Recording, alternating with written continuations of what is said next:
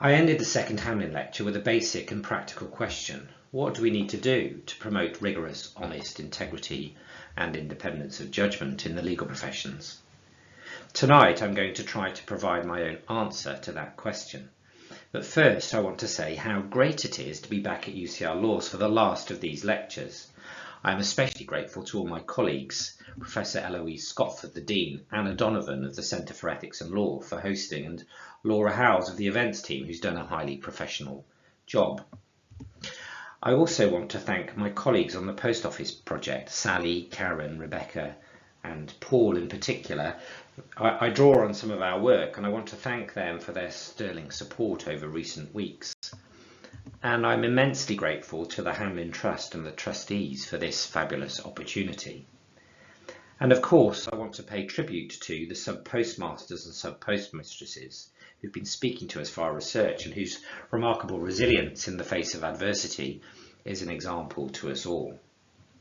I also want to dwell on my next thanks, James. We all know Lord Arbuthnot as a hero of the Post Office tale, as a national treasure, and having got to know him a bit, I can confirm he really is a marvellous man. But I want to make a slightly different point, and I know what you're thinking. No, it's not that exactly. James is, though, also a politician. Now, I already believe that not all politicians are bad. Indeed, many, most even, are selfless public servants doing their very best. And of course, James does rather better than most people's very best, but even so, he's one of many simply trying to do the right thing. Which brings me to lawyers. Not all lawyers are bad apples, and it's often suggested to me that not all lawyers, Richard, are unethical, a point with which I happen to agree, but which I would also reframe. For the reasons I've given over the last two lectures, many lawyers are vulnerable to ethical failure. Difficult situations, complacent thinking, poor practices, and pressure can make fools of any of us. And that may be one reason why across more than 20 years of the Post Office scandal, we've seen lawyers responsible for unfair contracts, aggressive enforcement and making examples of litigants, prosecutions with key evidence missing and outrageous plea bargaining, improper influencing of experts badly briefed by Post Office lawyers, disclosure failures that range from the unreasonable to indefensible suppression of evidence, the exploitation of professional privilege, flawed and conflicted so-called independent reviews. Second Sight's investigation was undermined by aggressive legal handling. Sanitised reporting to the board and beyond took place with lawyers' assistance. An attritional mediation scheme was developed. Scorched earth, flat earth litigation using misleading arguments and evidence took place. There was the questionable recusal advice and the use of non-disclosure agreements, libel threats and guilty pleas to silence people. Claims of misconduct and even covering up continue to this day. Each of these points raises questions about the lawyers involved. Lawyers senior and junior, in-house and in private practice, General Counsel and King's Counsel. Even, as we all know, a senior retired judge is involved, all linked by two things: working for the Post Office and thinking like a lawyer. Their failures, their mistakes, include questionable judgments, negligence, cynicism, recklessness, and even more deliberate wrongdoing. Many, but not all, may be professional misconduct. Some may even be criminal. But in tonight's lecture, I want to look less at individuals and more at systems. This is not to excuse individual responsibility, but because we need to think more broadly than blame. We need to reduce innocent error and poor judgment as well as misconduct. Behaviours and cultures need to change. We need to think about whole systems. Now, I've suggested in 2 earlier lectures that these failures and others like them are driven by human frailties and organisational cultures that reduce our capacity for objectivity. They are also driven by shallow, inadequate professional scripts and irresponsible orthodoxies, practices. Mutual irresponsibility and zeal lead to the taking advantage of professional secrecy, legal privilege, and to partiality, the half-truth that can drown out honesty and integrity. I've suggested this is very much not just a post office problem. I have spoken of cases for banks and oligarchs, the threats to national security posed by professional enabling, alleged slaps and non-disclosure agreements, corruption and hacking. Sir Brian Langstaff's blood inquiry only contains a little on lawyering, but cover-ups are a practice for which lawyers appear to be too useful. Look at his definition: deliberate concealment, a lack of candour, half-truths, massaging risk. It could almost be the executive summary of the forthcoming Post Office inquiry report. A whole systems approach to the Post Office scandal would also require us to think about a lot. We could think about government policy pushing Post Office to be more commercial, or courts to be more managerial, and criminal justice policy and the design and resourcing of the civil courts, systems for redressing inequality of arms such as legal aid, costs recovery, and other policy on legal funding. But I concentrate tonight on lawyers because, well, firstly, we've only got an hour, but also because the evidence suggests lawyers were not merely advising, they were often running the show. Lawyers drove the view that prosecution was justified and, when challenged, that it was safe. Lawyers stepped in to say it would be unwise to investigate Horizon independently, more than once. Lawyers were crucially responsible for suppressing adverse evidence within the Post Office and shaping how evidence was understood both internally and externally. Early drivers for these positions probably came from the business, but by the time the scandal shifted from attack to containment, I would say legal-led. Even so, a systems approach reminds us of multiple influences and levels at work here. If we think about where the facts for Horizon came from, for instance, witnesses running the Horizon system, the engineers, wanted to look competent and to help. Lawyers may have glossed their stories in favourable terms in witness statements, and then sophisticated or so-called sophisticated evidence management built those glosses to a varnish and skirted and suppressed adverse evidence. A self-justificatory truth was created, a flat earth. Now, story refinement is both natural and dangerous, perhaps particularly for lawyers, and those stories are interpreted by decision makers who react to their immediate pain points. They hear what they want to hear. They're told what they want to be told. They let things slide that they should not, or that they do not understand. The business wants success, optimism, a way forward. The story and the advice adapts to meet that need. Problems, factually complex, involving many different bits of the business, are spread over a lengthy history. They become distorted. No one is responsible for the holes and the distortions. Everyone has reasons for forgetting or not mentioning difficulties. It is always someone else's job to speak up if there are problems. Now, what organises such systems in practice? Such failures are organised by the system's dynamics. This should make us wonder, why is this system unbalanced? What is wrong with its identity, philosophy and purpose? Viable systems seek stability, not maximisation. They balance long-term and short-term interests. They do not allow one signal in the system to swamp all others. What we see in the Post Office scandal is information being processed on the basis of what is arguable or helpful, rather than what is true, fair and balanced. A culture of can we get away with it is driven, knowingly or not, by wishful thinking and legitimised by lawyerly zeal. What is maximised is a self-serving version of the truth. And in aligning, as we see here, the interpretation of facts, law, and the design of strategy to the client's preferences, aligning it maximally, lawyers cease to maintain the integrity of their role. A lack of independence means the legal signal that a lawyer sends into the system becomes something of a cipher for the self-interest of the lawyer and those around him or her.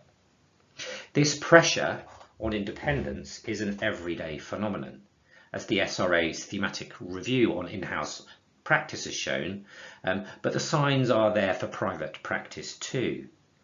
It is they who offer to turn our legal refuse into gold. It's them who are competing to say yes more, or to be more commercial, or to be more of a business partner, to suggest that they might rather enjoy steamrolling our opponents. The desire to impress those we work with can be stronger than the effort and risk in resisting what they want to hear as well. The way decisions are taken really add to this problem. Systems thinking views decisions as relational, not rational, pragmatic, not analytical.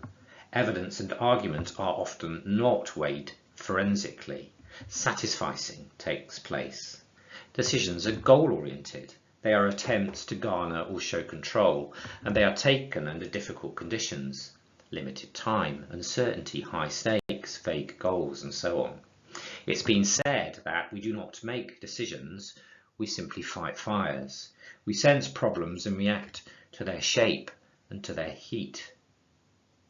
Disclosure may be an example. Evidence to the inquiry suggests Post Office lawyers saw their goal as not disclosing harmful documents.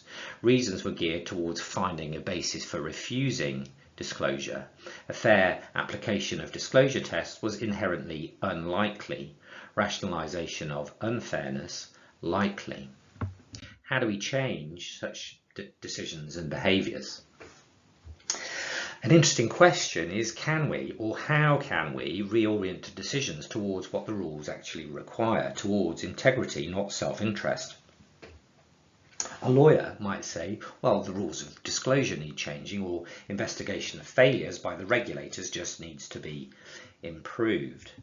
A whole systems approach suggests such changes are unlikely to work alone. A behavioural approach is needed involving rules and processes that take better account of our biases.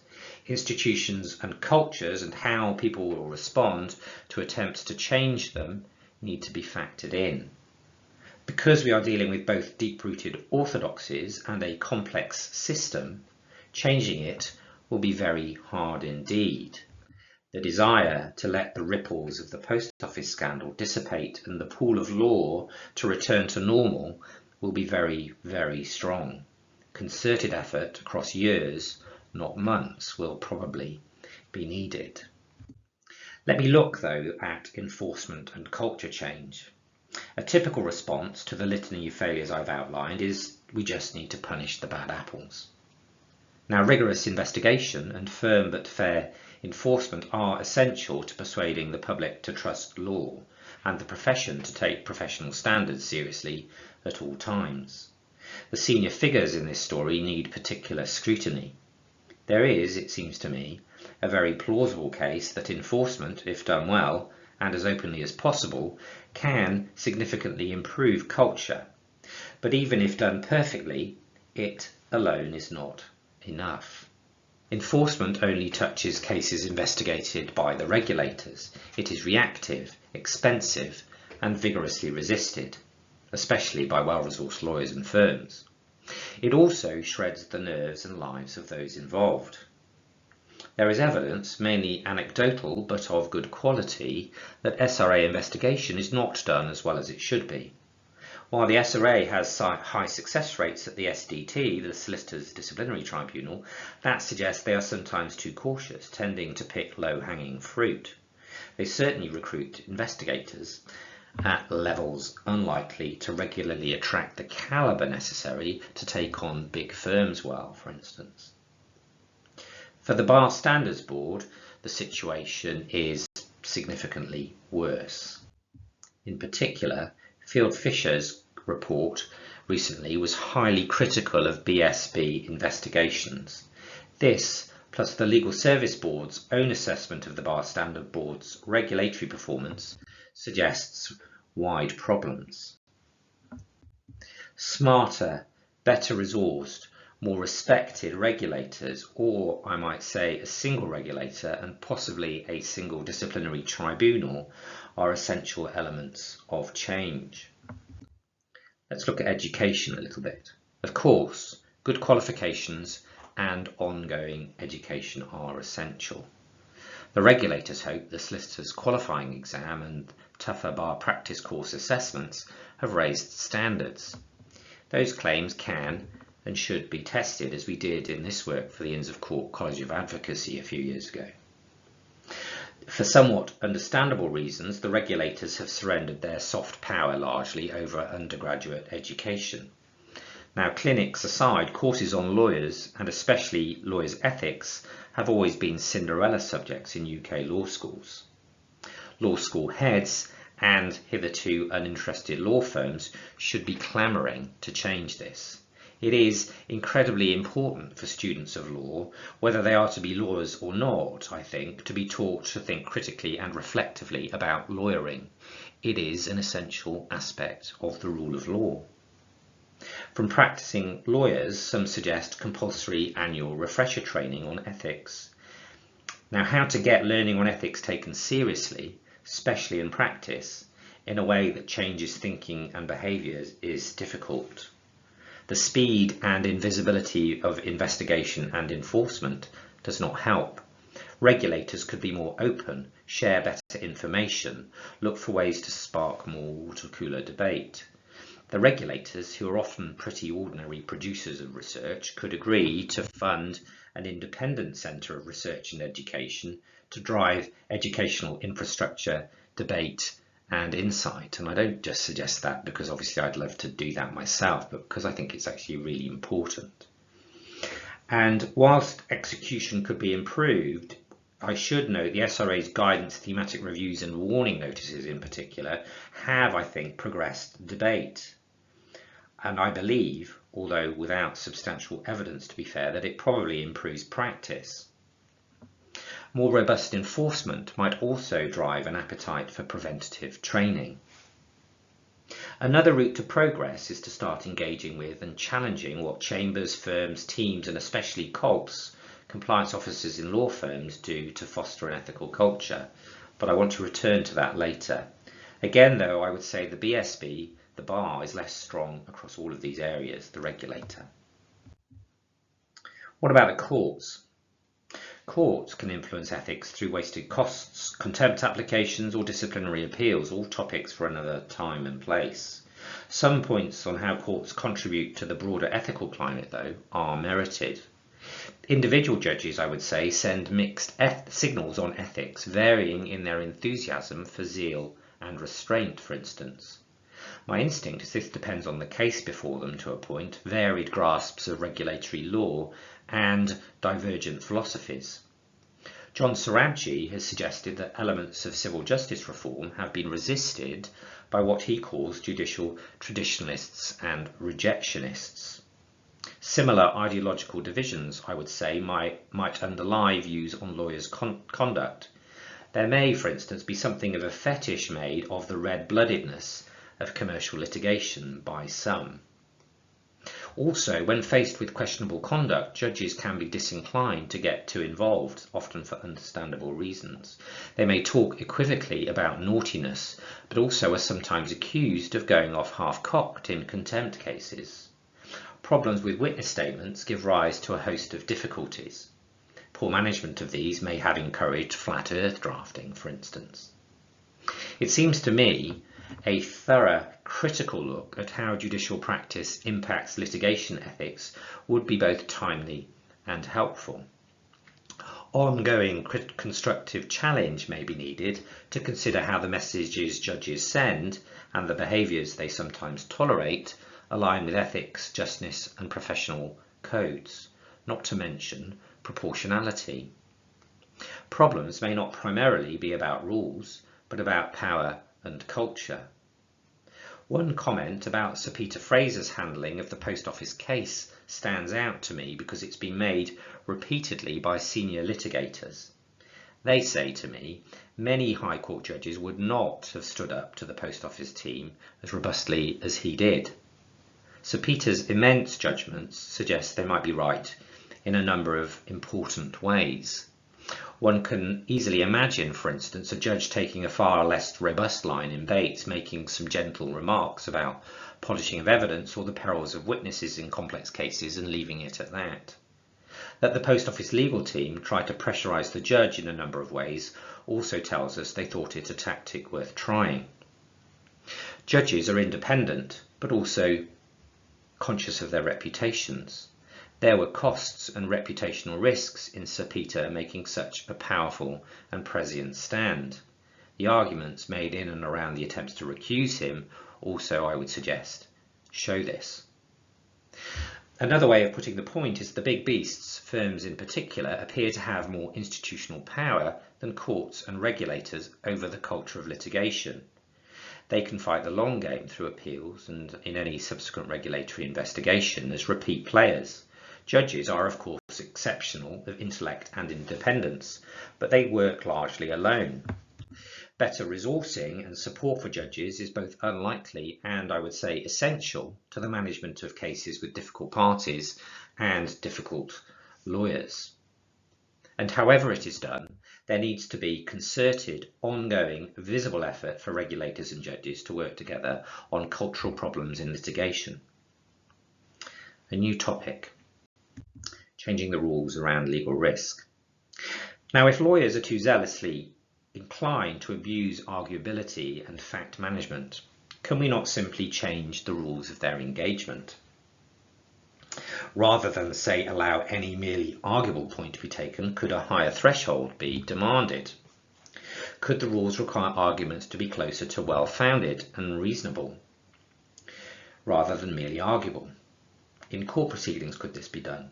Should lawyers be required to operate under a duty of candour? Now, for reasons I will explain, I'm not sure.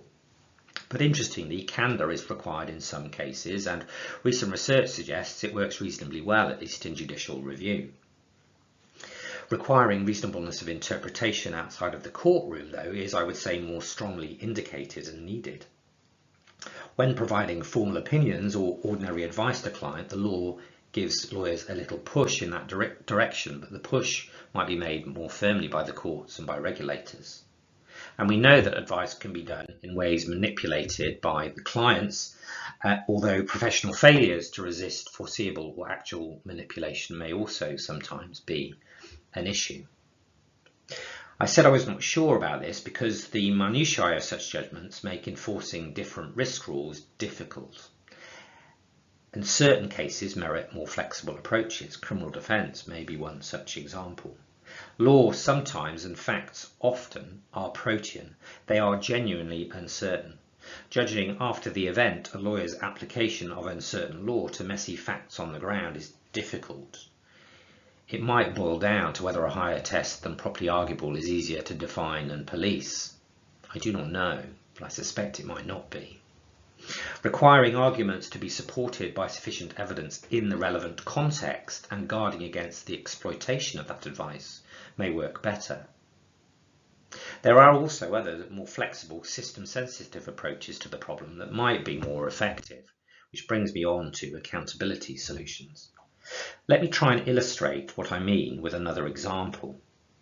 Jordan Breslow was a general counsel in the US. Breslow's CEO, his boss, asked if they should offer new employees a particular stock option clause as an incentive for them to join the company. Should we give them shares in the company as a benefit that would be valued a certain way? The clause enabled a particularly favourable valuation of the option. It was a great deal for the employee.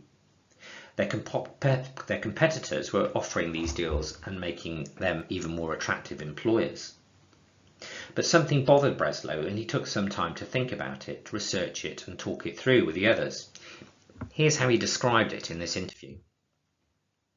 Other people were doing it. The advice from outside law firms to us was, well, there's nothing strictly illegal about it, and that may well be correct, technically. But I realised illegality can come from the fact you failed to disclose and account for this problem. But in all, it seemed just too good to be true. And I said so to Ben, his CEO. I said it didn't make sense to me. I didn't think it was strictly legal, and I didn't want to mess with it. It was a good call. Such deals were subsequently investigated and prosecuted. They led to jail sentences for some, including the very CFO, Chief Financial Officer, who had recommended it to Breslow's boss. Now, building a relationship of trust like this is complicated, but Breslow and a substantial number of the general counsel I speak to suggest some basics. The first is the GC should always report to the CEO. Breslow describes reporting indirectly as self-evidently wrong. There is, he says, a necessary tension with the numbers guys. Chief financial officers, he thinks, tend to be strong, creative people. GC's general counsel are there to keep them honest. He says, you keep people from acting on their own worst impulses. Breslow was not risk averse, just not risk maximising. He was willing to be aggressive and creative, but also had a let's not do anything illegal philosophy. And he also said he never felt unsafe saying no to the client or making a recommendation that they might not want to hear. In other words, philosophy and psychological safety were important. His model depends on trust and authenticity, on good faith in the handling of risk. Independence, to a degree at least, coexisted with interdependence. Now, a rule cannot magic up this kind of relationship, but certain kinds of rules may make it more likely. How? There is quite good evidence that in positions of responsibility where they are accountable for those responsibilities, lawyers improve management of legal risk. Lawyers hired onto boards or senior executive roles substantially reduce legal breaches. Moreover, illegality also decreases substantially where lawyers have a signing off function, personal responsibility, exposure to liability, or reporting requirements around legal risk.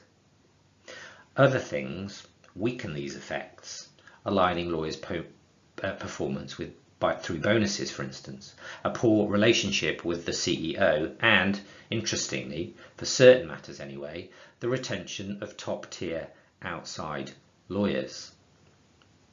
A worry might be that accountability mechanisms drive excessive risk aversion, but the evidence does not suggest that either. One study found general counsel appears to tolerate moderately aggressive behaviour, but constrain it such that it would not result in violation of securities law, for instance.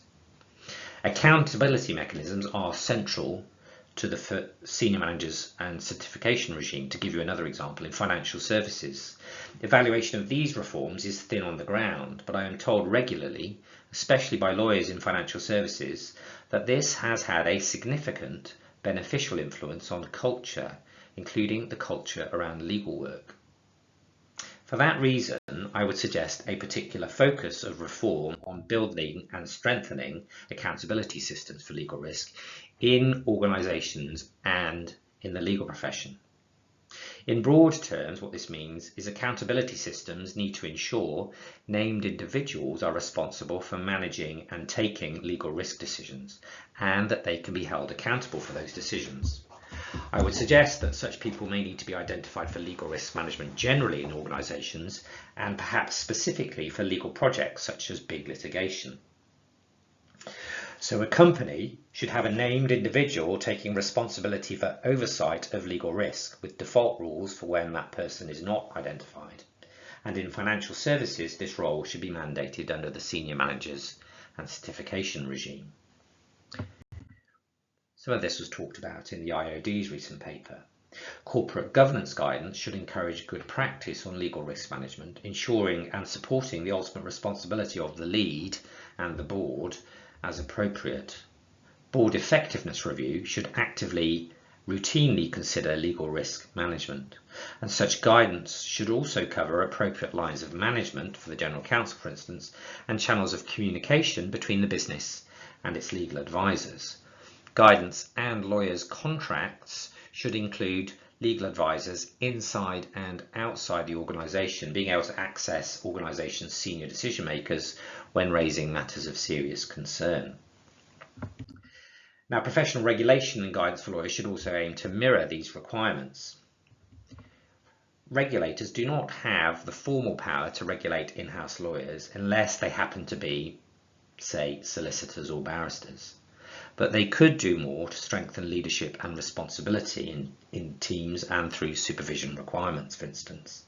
The SRA, after much urging, has begun to define independence and other work in these areas. The power of regulators to regulate in-house lawyers and support their independence more broadly is a knotty technical problem, but it needs dealing with, and I can think of various ways perhaps of solving it, including of course legislation. But one thing that might give the regulators sufficient leverage to make a real difference would be to make providing legally privileged advice a reserved matter requiring a practicing certificate. Better accountability might be particularly important for parties in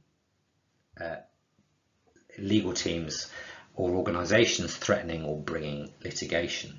Indeed, an interesting suggestion made to me is that there may be a case for firmer regulation of litigation as a reserved matter and of disclosure in particular. Something like, say, a separate disclosure officer, best practice in prosecutions, and documented responsibility and sign-off around privilege, disclosure and redaction decisions might improve disclosure. The extent and nature of disclosure failures in the post office scandal also render it tempting to recommend disclosure problems be made subject to failure to prevent type obligations, including responsibility for the management of legal professional privilege. Now, there would obviously be debates to be had about practicality, proportionality and effectiveness, but accountability mechanisms are one of the few things that have been shown to work in restraining serious excess, but only serious excess, in risk-taking. COPs are another point of accountability, of course, but for now I want to change topic to challenging philosophies through what I call lucid integrity. Jordan Breslow's story was about relationships, but also about philosophy. Can a segment of the profession's philosophy be changed? Can better models of ethics contest cynicism, expedience, or sophistry, for instance? How do we encourage and emphasize, rather than undermine, integrity and legality? I have argued in the 2 lectures to date, zeal crowds out the true fundamentals of the legal profession: justice, honesty, and integrity. We need an approach that makes these public interest elements more lucid, clearer. Integrity needs to be strongly and clearly present in the early moments of problem solving, front and centre, not back of mind. I emphasise lucidity for practical, not theoretical reasons. A more lucid ethics should provide early warning signs to think carefully and guide action. My thoughts on how to do this are preliminary. Our post office project team are researching how to evolve a more practical ethics. We are working with lawyers, for instance, on causal maps of ethical situations and how they handle moments of challenge. And if you're interested in that, please get in touch. We'd love to hear from you and involve you. Stephen Mason's work on public interest and Stephen Vaughan's on integrity provide rich food for thought too. I would say in outline there are 2 aspects to this. One is about interpreting uncertain law in good faith, respecting legality, counselling towards, not away from, what the law requires. But I'm going to concentrate on a second overlapping issue, integrity with facts and processes and its relationship with honesty, ethics and the rule of law. My instinct is get integrity right and much, if not all, falls into place. As Professor Vaughan emphasises, integrity underlines values already in professional law.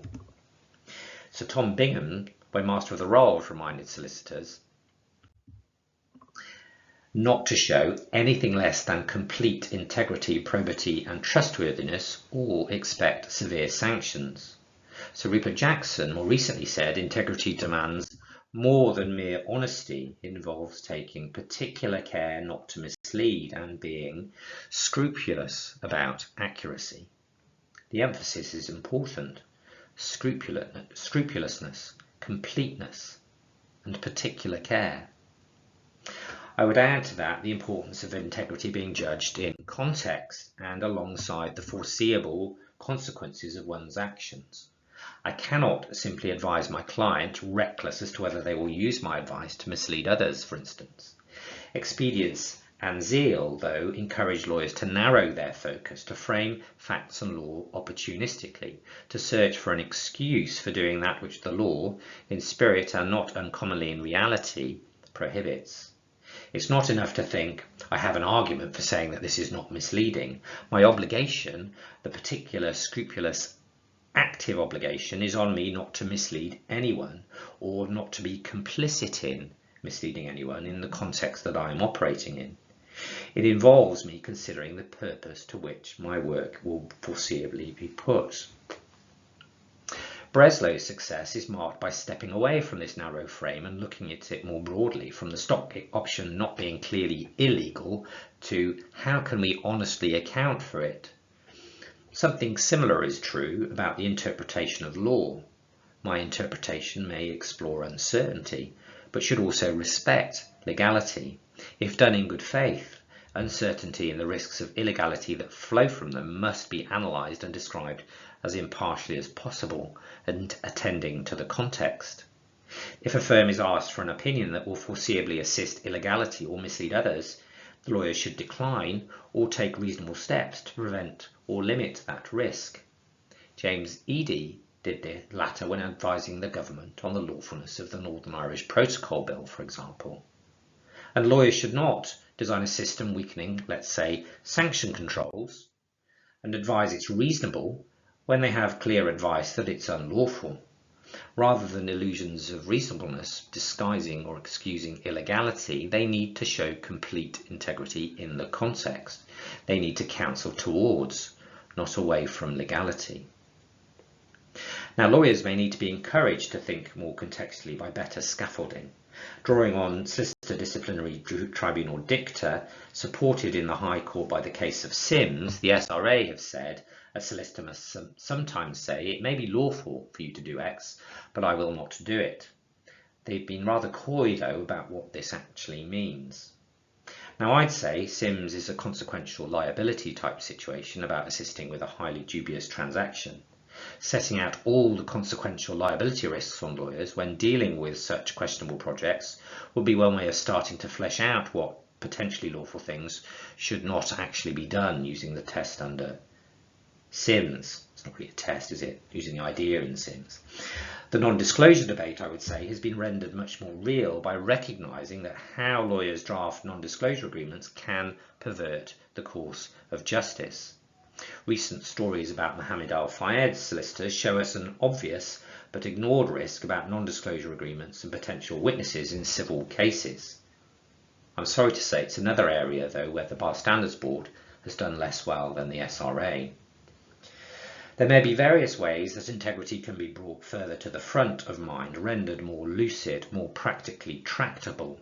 Scrupulousness, completeness of honesty, particular care not to mislead, and responsibility of purpose should inform the aesthetic and feature more prominently in the language of any professional code. This brings me also to some words that should be diminished in the profession's ethical ideology. To aid ethical thinking, we should mute two related ideas: fearlessness and the presumption that lawyers can harm third parties for their clients should be removed from the codes and guidance. I would say they romanticize aggression and risk normalizing what is much more complex a situation legally when it comes to harm. Harm, of course, cannot always be avoided, but being required to consider and, if proportionate, mitigate or alleviate such harm might reduce some of the unnecessary excess that we've seen. There is a third piece of ground clearing to ensure integrity is central. I would challenge the claim that lawyers do law but do not do morality. Now, I'm not arguing that morality should generally trump legal rights, but there is a great deal of hypocrisy in lawyers saying they do not do morality. The disclaiming of morality often merely makes room for a morality defined by client self-interest and the firm's business interest, banks thought evading money laundering controls okay because the effing Americans were engaged in regulatory imperialism, for instance. The post office's obscene behaviour was dignified as protecting pensioners and public funds from what they described as thieves and liars. From time to time, a show is also made of excluding morality from legal reasoning. Lord Sumption said, "Commercial parties can be most unfair and entirely unreasonable if they can get away with it."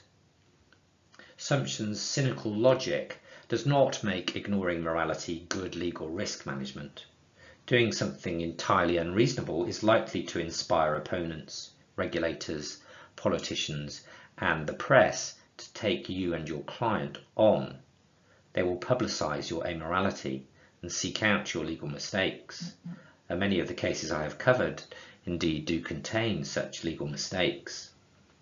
Moreover, a sophisticated body of literature points to legal reasoning having an inherently moral component, especially in difficult cases. Indeed, of course, judges draw on morals when deciding hard cases. And such reasoning is not confined to lofty judges and jurisprudence. Jordan Breslow's instinct picked up on discomfort first, not illegality. Furthermore, law is also replete with moral tests. Dishonesty, reasonableness, iniquity, and so on, and contrary to what we might expect, used wisely, such tests can improve legal certainty, not reduce it. Anyone who thinks that the rules and their amoral application lead to greater certainty and justice should read the contract arguments advanced for saying Harvey Weinstein's non-disclosure agreement was perfectly proper. They are very strange indeed. Rules, especially complex rules, unmoored from any notion of morality, I would say, beget manipulation, not justice or certainty. There is a final reason I would give for saying lucidity requires morality, for arguing that lawyers should be responsive to moral concerns, if not subservient to them, and that reason is cognitive. It helps them think better. Legal problems are complex and social. They are littered with bias, partial-sightedness, and so on. The wise advisor knows that they need all their cognitive faculties to do a good job. Their decisions require breadth of vision and moral sensitivity, not just a lawyer's narrow legal logic. Now I want to go on, but will not. There is a great deal of detailed work needed to develop and improve understanding, defining and supporting independence as behaviour, not just as a label, for instance, to work on how lawyers and when lawyers should report up, on lawyers as whistleblowers, on the abuse of legal professional privilege, and even on the drafting of unreasonable contracts, perhaps. The bar in particular needs, I would say, to revise its code of conduct, and I would argue lawyers should even have a single unified code of conduct. But I want to return to one more systems-oriented point and deal with a problem that has bothered me a great deal since I began watching the inquiry. And I refer to that as tackling the self-concept. You'll see what I mean in a minute. The Post Office inquiry has been fascinating for the occasional catalytic importance of independent challenge and accountability. Cross-examination has shown how revealing but also how hard it is to break through lawyers' defences against such challenge. We all resist the idea that we're bad, especially, it turns out, when we're being streamed live on YouTube. And as lawyers, we have our self-concept. We have the creativity of argument to justify our own and our clients' actions and to shape how we portray facts. This means, unfortunately, we can also delude ourselves. We are also more insensitive to our own rules than we perhaps should be. When we did research on barristers within 3 years of call, we found, for instance, 40% did not know or could not properly use their own rules. And yet sometimes under very detailed questioning, the lawyers before the inquiry did, I think, realise their limitations and mistakes, and very occasionally they conceded some. Warwick Tatford, the barrister alleged to have hardened up expert evidence when prosecuting Seema Misra, painfully admitted after a devastating cross-examination that there are many failings that I had ignored on my part, and I perhaps created a rosier version of himself in my memory that wasn't really there. Professionalism is perhaps an idea that isn't really, or at least is not always, there. It gets lost in the melee of winning cases. I call this the professional imaginarium. We think of ourselves as more proper, competent, and ethical than we are. Now, in spite of the imaginarium, the SRA found 10% of in-house lawyers willing to say that their regulatory obligations had been compromised to try to meet organisational priorities. Now, this is concerning in itself, but it also leaves one wondering, how accurate is the other 90% being? We have a clue from the 40% of barristers shaky on their own rules. These two figures, rough estimates at best of course, provide an important indication of the scale of the problem. How to overcome this weakness? How to build greater self-awareness and improvement? We need somehow to find additional mechanisms short of investigation for encouraging accountability and self-development. Ethical practice should, of course, be a routine and proactive part of competence review for all lawyers in firms and chambers and elsewhere. There may also be situations where cases or areas of work or particular providers could be referred for non-disciplinary investigation and analysis to encourage learning lessons and remediation, but perhaps not punishment. The Financial Conduct Authority has skilled persons reports. They appoint a skilled independent person to require a report and remedial steps on a particular theme in a regulated firm. If the regulators do not have this power, perhaps they ought to be given it. Imagine being able to review Firm X, ask them to commission a review for its use of without prejudice letters, for instance, or Firm Y on its management of litigation holds, or Firms A, B, C about the due diligence they do before sending out slap-like threats. The COLP's role is, I would also say, underdeveloped, and the quality of COLPs and the COLP-SRA relationship is mixed. We know relatively little about effectiveness here, and there are areas which need review and improvement, I would say, to make the role effective.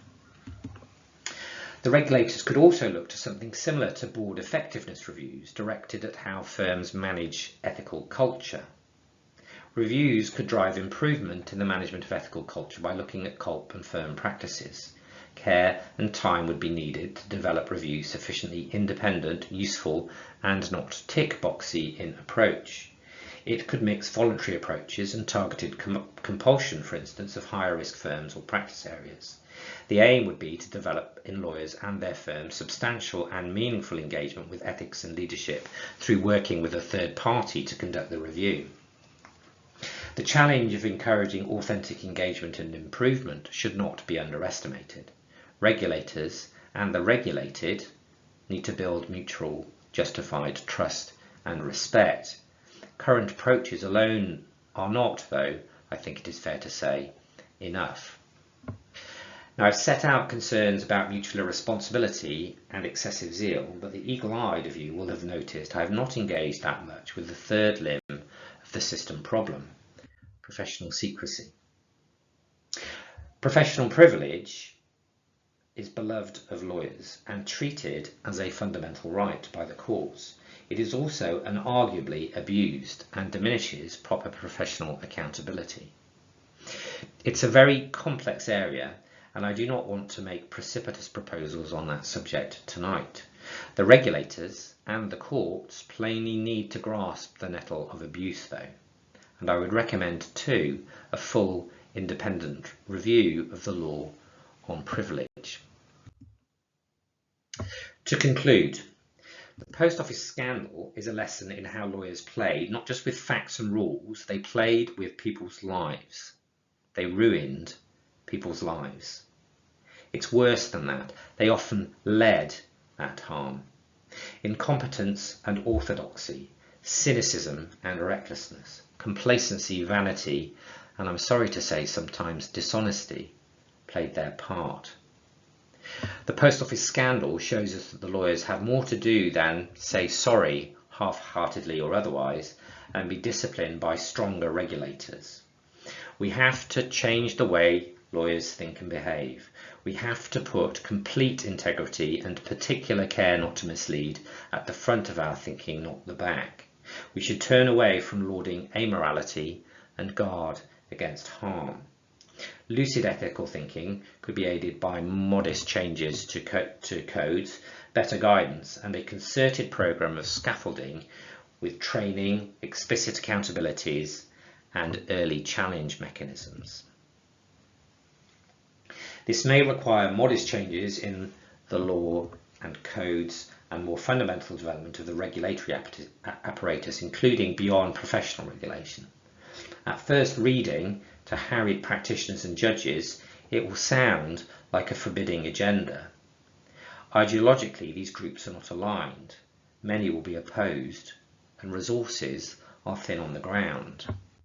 It will require exceptional leadership and determination.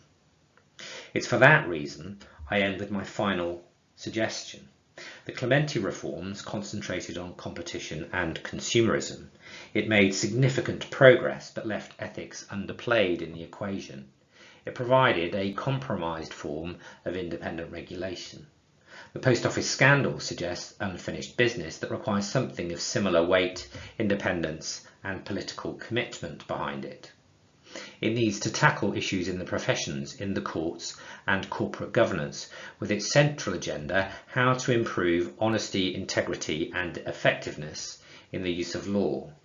It needs to lead independent of, but also working with, government, the professions, the courts, and regulators. Given problems in accountancy, it may even need to encompass other professional advisors. I have set out tonight some ideas as starting points, but I suggest a strongly led commission with a mandate to address a programme of reform, not just one big bang. The victims of the post office scandal do not just deserve more sincere apologies and proper compensation. Please God, let that be soon. They deserve real change in the integrity of lawyers, in the legal system, and amongst those who use them. That means real change properly implemented.